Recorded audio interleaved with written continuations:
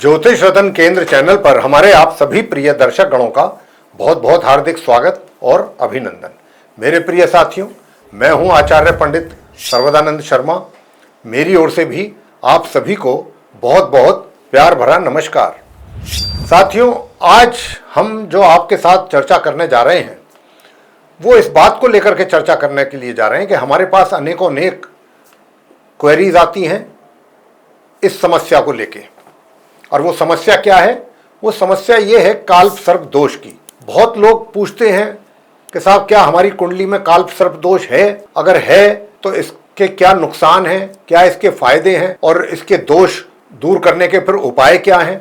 तो साथियों, आज हम आपको काल्प सर्प दोष से संबंधित पूरी जानकारी देने जा रहे हैं। ये काल्प सर्प दोष जो है वैदिक ज्योतिष में पाया जाने वाला एक कठिन ज्योतिषीय योग है। जी हाँ, इसको काल्प सर्प दोष का तो नाम से लोग जानते हैं, लेकिन इसको कहते हैं काल्प सर्प योग।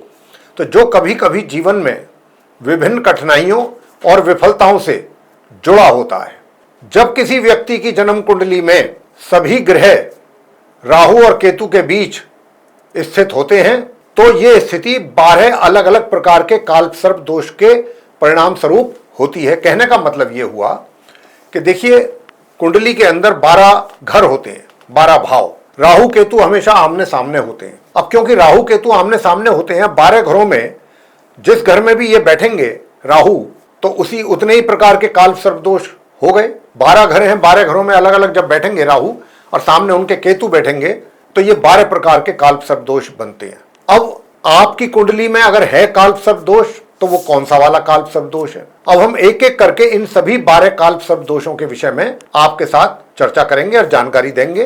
किस नाम से इनको जाना जाता है और इनके क्या दुष्प्रभाव जीवन पे व्यक्ति को देखने को मिलते हैं और क्या उसके शुभ परिणाम प्राप्त होते हैं, और वो कौन से उपाय हैं जिनको करने पर काल्प सर्प दोष के दुष्परिणामों को हम एक तरीके से उनसे मुक्ति पा सकते हैं। तो ये जो स्थिति है 12 अलग अलग प्रकार के काल्प सर्प दोष के परिणाम को लेकर के, जिनमें से प्रत्येक ग्रह जीवन के विशेष क्षेत्रों को प्रभावित करता है। जी हाँ, और क्योंकि जो भी राहु और केतु के कारण काल्प सर्प दोष का निर्माण हुआ है कुंडली में, ये बाकी जो दूसरे अन्य ग्रह हैं वो उनके बीच में आ जाते हैं, तो इसीलिए काल्प सर्प दोष का निर्माण होता है। व्यक्तिगत संबंधों और स्वास्थ्य से लेकर धन और करियर में उन्नति तक काल्प सर्प दोष के प्रकार कई क्षेत्रों में स्थिरता और संतुष्टि को भी प्रभावित कर सकते हैं। इन प्रभावों को बेहतर ढंग से समझने और उनके प्रभाव को कम करने के लिए उपचार खोजने के लिए आप हमारे कार्यालय से भी संपर्क कर सकते हैं। काल्प सर्प दोष के 12 प्रकार जो हमने अभी आपसे कहा कि होते हैं, उन सभी 12 प्रकारों के विषय में एक एक करके हम आपके साथ बात करेंगे और उनके दुष्प्रभाव, जैसा मैंने कहा, और उनके शुभ प्रभाव के विषय में भी आपको पूरी जानकारी देंगे, साथ ही उनके उपाय भी बताएंगे। काल्प सर्प दोष का प्रत्येक रूप विशेष है और व्यक्तिगत विकास, रिश्ते, वित्त और स्वास्थ्य सहित जीवन के कई क्षेत्रों को ये प्रभावित करता है काल्प सर्प दोष। और जैसा मैंने कहा कि ये 12 प्रकार के होते हैं, एक एक करके हम सबकी व्याख्या आपके साथ करेंगे। तो आइए, सबसे पहले आपको बताना चाहेंगे कि ये जो तक्षक काल्प सर्प दोष है, इसका निर्माण कुंडली में कैसे होता है, कैसे जाने? तो मैं आपको बताना चाहता हूं कि देखिए, जब जातक की कुंडली में राहु सप्तम भाव में एवं केतु लगन भाव में स्थित हों, यानी कि जातक की कुंडली में जब राहु 7th हाउस में हो और केतु लगन भाव में हो, 1st हाउस में, और बाकी के जितने भी अन्य ग्रह हैं दूसरे, वो इनके बीच में हो। अब बीच का मतलब आप पूछना चाहेंगे कि बीच से मतलब क्या है? बीच का मतलब ये है, मैं आपको बहुत थोड़ा सा आसान तरीके से समझाने की कोशिश करूंगा। वो ये कि मान लीजिए 12 घर हैं कुंडली में, राहु यहाँ बैठे हैं ऊपर सबसे पहले घर में। मैं एक बात आपको एग्जाम्पल दे रहा हूँ, और ठीक सामने बैठे हैं केतु। जैसा कि यहाँ तो आपके केस में तो उल्टा मैंने बताया है कि राहु नीचे हैं सप्तम भाव में और केतु हैं ऊपर। ठीक है, हमेशा राहु और केतु 180 डिग्री पर रहते हैं, एक दूसरे के आमने सामने होते हैं, बिल्कुल इस तरीके से होते हैं। तो ये तो आमने सामने हो गए, जब भी होंगे आमने सामने ही होंगे 180 डिग्री पे। अब काल्प सर्प दोष का निर्माण कब होता है कि राहु केतु ने तो आमने सामने ही रहना है कुंडली के, चाहे जिस भाव में हो, किसी भी घर में हो। लेकिन काल्प सर्प दोष तब बनता है जब बाकी के दूसरे भी ग्रह या तो इनके लेफ्ट में हो या पूरे के पूरे इनके राइट में हो। अगर कोई एक ग्रह भी इधर आ गया, बाकी 6 ग्रह इधर आ गए, तो वो आंशिक कालसर्प दोष हो जाएगा। और अगर कुछ ग्रह इधर कुछ ग्रह इधर आ गए तो वो फिर कालसर्प दोष नहीं कहलाता। तो ऐसे में बताना चाहेंगे आपको कि क्योंकि राहु जो है वो 7th हाउस में है नीचे और केतु ऊपर 1st हाउस में है, और बाकी के ग्रह अगर आपके कुंडली के इस तरफ है, लेफ्ट में है पूरे के पूरे या राइट में है, तो ये कालसर्प दोष बन गया, तक्षक कालसर्प दोष पूरी तरह से, पूर्ण रूप से। लेकिन अगर 7 ग्रहों में से 6 ग्रह एक साइड में है और एक ग्रह राइट साइड में है, तो ये आंशिक कालसर्प दोष कहलाएगा। तो ऐसी अब हम हम आपको से ये उम्मीद करेंगे कि आप ये जो हमने आपको तरीके से समझाया है, बहुत आसान तरीके से, ये आपके समझ में आ गया होगा। तो साथियों, ये तो अभी हमने बताया कि तक्षक कालसर्प दोष का निर्माण कब होता है, कैसे होता है।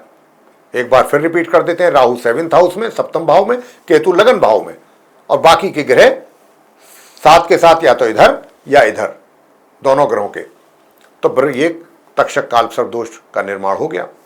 अब इनके प्रभावों के विषय में बात करते हैं कि इस योग में इस तक्षक कालसर्प दोष में अधिकतर इसके दुष्प्रभाव क्या जीवन में देखने में आते हैं। वो आते हैं व्यवसायिक रिश्तों में। व्यवसायिक एक तरीके से जो रिश्ते होते हैं, रिश्तों में भी कमी, और व्यवसायिक अगर किसी के साथ आपके रिश्ते हैं, यानी कि पार्टनरशिप में आप काम कर रहे हैं, मिलकर के काम कर रहे हैं, वहाँ पर प्रॉब्लम, वहाँ समस्याएं, किसी भी प्रकार का आपका किसी के साथ कोई रिलेशनशिप है, रिश्ता है, वहाँ पे दिक्कतें, वहाँ पे कमी। और इससे भी बढ़ के ये मैरिड लाइफ को भी प्रभावित करता है। व्यक्ति की मैरिड लाइफ में भी प्रॉब्लम्स क्रिएट करता है ये तक्षक कालसर्प दोष। और इसके अतिरिक्त लोगों को सार्वजनिक उनकी छवि, समाज में सोशली एक तरीके से आपकी इमेज धूमिल होना, मान सम्मान में कमी समाज में, और रिश्ते भी जो आपके जिसके साथ बने हुए हैं, या तो वो आपके साथ ना निभाए या आप ना निभाने पाए, उसमें कमी। और ऐसे में क्या होता है कि व्यक्ति जो है अपने स्पाउस के साथ भी लंबे समय तक बातचीत नहीं कर पाता है या नहीं हो पाती है।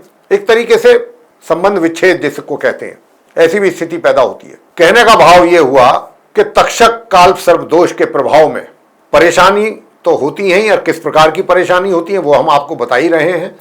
रिश्तों को लेकर के सामाजिक प्रतिष्ठा में कमी, और आपके व्यवसायिक रिश्तों में भी प्रॉब्लम, साथ ही मैरिड लाइफ में भी दिक्कतें, और दूसरों के साथ विश्वास बनाने में कठिनाइयां। यानी कि आप किसी पर भी अपना, अगर आप चाहेंगे कि भाई मैं उसका किसी का विश्वास पात्र बन जाऊं, कोई मुझ पर ट्रस्ट करना लगे, तो उसमें भी दिक्कतें, वहां भी नहीं हो पाएंगी वो चीजें, कोई ना कोई समस्या रहेगी। इसके अतिरिक्त कुछ और भी हैं छोटी मोटी प्रॉब्लम्स जो हैं, जो ज़्यादा परेशान कर देती हैं जीवन में। भूमि और भवन संबंधित समस्याएं, मकान बनाने में, घर बनाने में दिक्कतों का सामना, गुप्त रोग जैसी भी समस्याएं रहती हैं इस कालसर्प दोष के, तक्षक कालसर्प दोष के रहते हुए। और अगर आप विदेश यात्रा कर रहे हैं तो उसमें बाधाएं। तो इस प्रकार की ये समस्याएं जीवन में जिन जातकों के कुंडली में तक्षक कालसर्प दोष होता है, उन्हें ये फेस करनी पड़ती है। इनमें से एक भी हो सकती है, एक से अनेक भी हो सकती है। तो साथियों, ये तो हमने अभी जो बताया उस सिक्के का एक पहलू का जिक्र किया, निगेटिविटी है तक्षक कालसर्प दोष की, उसके विषय में चर्चा की है। अब हम आपको थोड़ा इसकी पॉजिटिविटी के विषय में भी बताना चाहेंगे कि इसके सकारात्मक परिणाम क्या है। तो देखिए, मैंने कहा सप्तम भाव जो होता है केंद्र का घर है, ये केंद्र का हाउस कहलाता है। तो हमने आपको ये भी बताना है यहाँ पर कि राहु और केतु जब भी चाहे केंद्र के घर में बैठे हों या त्रिकोण में बैठे हों, त्रिकोण के घर में हों, अगर ये मारक ग्रहों के साथ बैठे हैं, मारक ग्रहों के साथ इनका संबंध बनाए, तो ये और ज्यादा अशुभ प्रभाव जीवन में छोड़ते हैं व्यक्ति के, और ज्यादा। और अगर ये चर या स्थिर राशि में बैठे हैं और सप्तम भाव के जो स्वामी ग्रह हैं, या तो उनका साथ हो इनके साथ, या फिर राहु या केतु के साथ, सप्तम भाव के जो ग्रह है स्वामी ग्रह, उनका राहु के साथ संबंध हो, या जो लगन भाव के स्वामी ग्रह उनका केतु के साथ संबंध हो, किसी भी प्रकार का, चाहे दृष्टि संबंध हो चाहे युति हो, या फिर इन घरों के जो, यानी कि पहला घर जिसमें केतु बैठे हैं, सातवां घर जिसमें राहु है, इन दोनों घरों के जो कारक ग्रह हैं, या तो उनके साथ इनका संबंध हो, तब आपको श्रेष्ठ परिणाम प्राप्त होंगे। अगर राहु या केतु की महादशा जीवन में आपके आती है, ये है ज्योतिषीय कंडीशन, एस्ट्रोलॉजिकली कंडीशंस। अगर ये अप्लाई हो रही हैं, ग्रहों की ऐसी स्थिति बनी हुई है राहु केतु के साथ, तो फिर राहु या केतु की महादशा आने पर कुछ अच्छे परिणामों की भी प्राप्ति जातक को उसके जीवन में। अब ये नहीं है, ऐसा नहीं है कि अशुभ परिणाम प्राप्त नहीं होंगे। अच्छे देखिए, अशुभ परिणाम तो हमने पहले ही बताए, वो तो काल सर्प दोष, तक्षक काल सर्प दोष के कारण वो तो जातक को फेस करने ही पड़ते हैं। लेकिन अगर ग्रहों की स्थिति, जैसा मैंने कहा, कारक ग्रहों की स्थिति चर या स्थिर राशि में है और इनके स्वामी ग्रहों की स्थिति जहां पर राहु केतु बैठे हैं, इनके साथ अगर संबंध बन रहा है और फिर राहु या केतु की कोई दशा आती है जीवन में, तो आपको कुछ अच्छे भी और बहुत अच्छे परिणाम भी देकर जाती है कुछ क्षेत्रों में, जो आपके लिए एक यादगार बन जाते हैं। तो साथियों, अब हम आपको देने जा रहे हैं वो उपाय जो उन अशुभ परिणामों से आपको छुटकारा मिल सके या कमी आ सके उनमें। वो क्या है? तो साथियों, तक्षक काल सर्प दोष के प्रभावों को आपको अपने जीवन में कम करने के लिए आप नाग पंचमी के दिन नाग देव की आराधना करने के बाद धान का लावा आपको चढ़ाना है। अब आप पूछना चाहेंगे कि ये धान का लावा होता क्या है? साथियों, धान के लावे का अर्थ ये होता है कि भुने हुए धान के दाने, यानी कि धान को अगर भूना जाए तो उसमें से सफेद रंग का बाहर निकलता है, जिसको हम खील की नाम से भी जानते हैं। खील जो हम दीपावली वगैरह पे या कुछ धार्मिक अनुष्ठानों पे उसका प्रयोग किया जाता है, खील का पूजन में। तो आप धान का लावा कह सकते हैं या इसको खील भी के नाम से भी जानते हैं। मार्केट में बहुत आराम से मिलती है ये खील, विवाह शादियों में भी इसका उपयोग होता है। तो आपको नाग पंचमी के दिन नाग देवता की आराधना करनी है और खील चढ़ाना है उन पर, बस इतना काम करना है। यही उपाय है और बहुत सरल उपाय है, ये आप आसानी से कर भी सकते हैं। तो साथियों, अगर आपको ये तक्षक काल सर्प दोष की चर्चा जो हमने अभी आपके साथ की है, बहुत डिटेल में की है, कोशिश की है आपको सारी बातें आसानी से समझ में आ जाएं, तो अगर आपको ये चर्चा पसंद आई है तो आप हमारे वीडियो को लाइक जरूर कर लें। और अगर अभी तक आपने हमारा चैनल सब्सक्राइब नहीं किया है तो चैनल को भी सब्सक्राइब जरूर कर लें। साथियों, अधिक से अधिक मात्रा में अगर आप वीडियो शेयर करते हैं दूसरे लोगों के साथ, तो ये महत्वपूर्ण जानकारी का लाभ उन सभी को भी मिलेगा। और यदि आप चाहते हैं आने वाले दिनों में जो भी हमारे एस्ट्रोलॉजी के डिफरेंट टॉपिक्स पे वीडियोस बनते हैं, वे भी एक एक करके सब आप तक पहुँचें और उनका भी आपको लाभ मिलता रहे समय समय पर, तो फिर बेल आइकन जरूर प्रेस करें। साथियों, इसी के साथ अब हम इस कार्यक्रम को यहाँ समाप्त करेंगे और अपने आप सभी प्रिय दर्शक गणों से लेंगे इजाजत। आप सभी का सहृदय बहुत बहुत धन्यवाद। जय माता दी।